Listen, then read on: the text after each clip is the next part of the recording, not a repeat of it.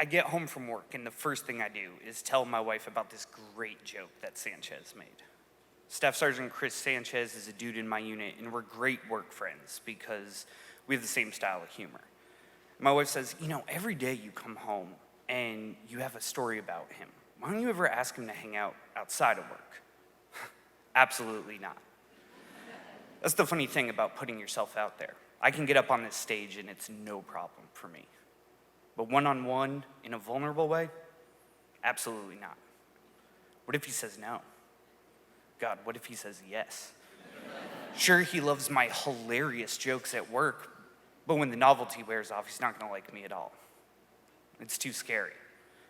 Now, I did say I had a wife, and you might be thinking, surely asking a coworker to hang out isn't the scariest question you've ever asked. And you'd be wrong. My wife and I got drunk at my 20th birthday party. She got pregnant, and by the time the shotguns came out, I never had to ask. And I'm fairly confident that strategy wasn't gonna work with Sanchez. But I tell my wife, it's true. When you don't connect with people, it's lonely. So if I wanted to do this, how would I? And she rolls her eyes. She's like, what are you talking about? You just ask him. Would you like to hang out? Most importantly, don't make any of your dumb jokes, which is fair because I use humor heavily to redirect anyone I think is getting too close to me. I'm like, okay, I could do this, but I need to practice.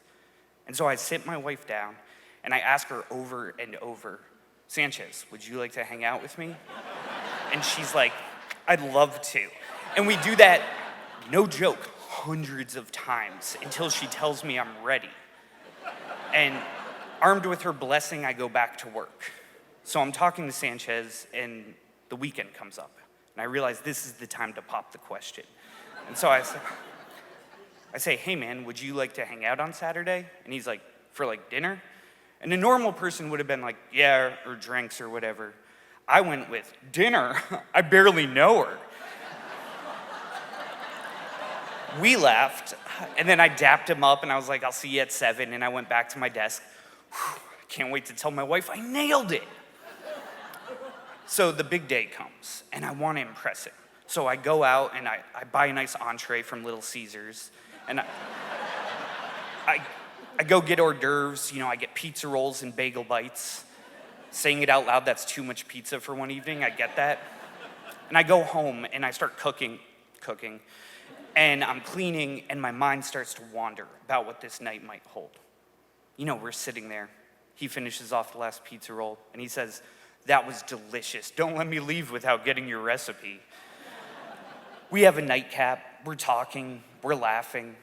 And right before he leaves, he says, thanks so much for inviting me over. This is the best time I ever had. So I snap back to reality, and I get everything ready, and I sit down to wait. And I wait. And I wait. At 8:30, my wife comes by, and she's like, are you gonna call him? And I'm like, no, this is classic Sanchez, right? Always fashionably late. But she sees right through it. You didn't get his number? And I was like, we didn't practice that part.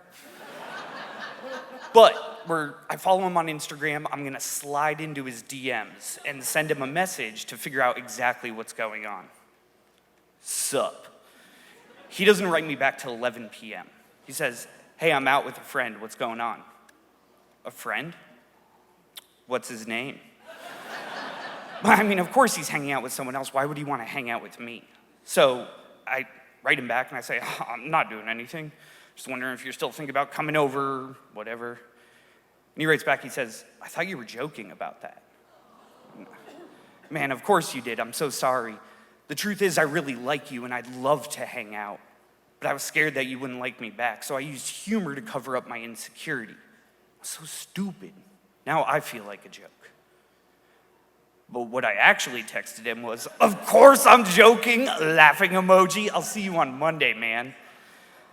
Monday rolls around and he comes up to me and he says, hey, sorry about this weekend, mix up. And I'm like, it didn't matter at all. He's like, I feel bad. And I realized this is my opportunity. And so no jokes, just me being vulnerable, I put myself out there and I asked him, Chris Sanchez, do you want to hang out on Friday? And he said, I do.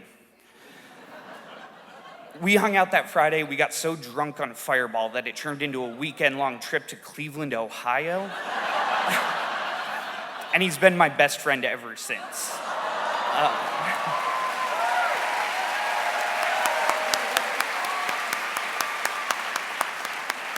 But the whole situation changed my perspective. You know, I'm still afraid to put myself out there, but I'm more willing to do it because I realize sometimes it ends in the best possible way. Thank you.